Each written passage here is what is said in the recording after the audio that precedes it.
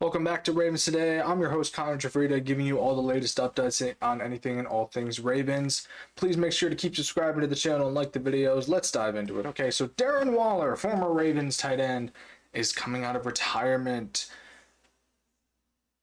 Okay, good for him. Hopefully he got everything that he needed to get taken care of. I know that he's on a different team now, obviously, but I wanted to send a shout out to him as well. He had also mentioned about his brief time with the Ravens when he was first drafted, and this is what he had to say on what, because his first year as a Raven, it wasn't very good. Let's just it was riddled with suspension and everything. So we're gonna dive into it. He said, end quote, "It was so anxiety ridden. I'd get to the point where I'm failing all these drug tests on purpose, pretty much." It's not the greatest thing to say on a media outlet or anything like that. It just shows that he was so nervous about not failing that he would purposely. Obviously, I'm taking this out of context a little bit. Is that he would purposely fail his drug tests so he wouldn't have to be on the field because of his level of anxiety. Listen, I get it. For all of you that are football players get it. The level of anxiety to being on that field, to not letting your team down, it's perfectly valid. But to me, to say you purpose, or to sound like you purposely failed your drug tests just so that you didn't have to take the field because it was just so nerve-wracking. I could be taking this out of context, but it doesn't put you in a good light. Obviously, I hope that he has, a great year coming out of retirement, and I hope that he's, kind of all healed up mentally and physically, and I'm hoping that he has just a standout performance coming out of retirement. But again, I'm just saying this from a Ravens fan, just hearing that's what his mentality was for when the Ravens drafted him, doesn't really put you in a good light. But that was many seasons ago, but something I wanted to brush up on. So moving on. So Kimberly Martin has labeled that Lamar's season will be a failure if he doesn't go to the Super Bowl. So somehow, some way, it is always Lamar Jackson's fault when the Ravens go to a Super Bowl. Granted, I could see there are a couple valid reasons for that, but the last few seasons have not been on Lamar Jackson. It is not his fault that Mark Andrews dropped the football on a simple toss and catch for a 2-point conversion. It is not Lamar's fault that the game plan was changed in that Chiefs AFC Championship game. Plus, we all know the truth. Chiefs had the refs on their side anyway. They were slated to win the Super Bowl because of Taylor Swift, and the NFL wanted to capitalize on it. But that's just my conspiracy theory. What do I know? I'll defend Lamar every step of the way, whether or not it's on him if he doesn't go to the Super Bowl, and he will go to a Super Bowl this year.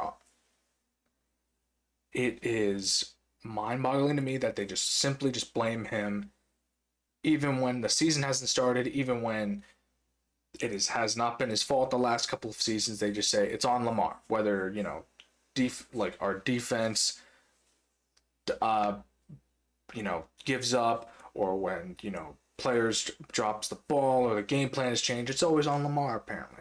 I will defend Lamar. It has not been his fault, and it won't be his fault. I feel like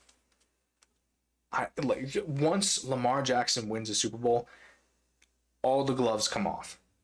There's nothing that these people can say that they can bring down his legacy and say, they could say, he only won one. Versus how many Super Bowls has Patrick Mahomes won? Granted, 2 of those were from the referees, but still, I'm saying it's not going to be Lamar Jackson's fault if the Ravens don't go to the Super Bowl, but it's going to be when they go to the Super Bowl, and it'll be this year.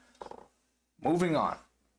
A little bit more update on Mark Andrews, because obviously I'm covering all the rumors that are surrounding him and any possible trade. Obviously, if it picks up, I'll definitely go into more depth about it. But again, these are all just rumors.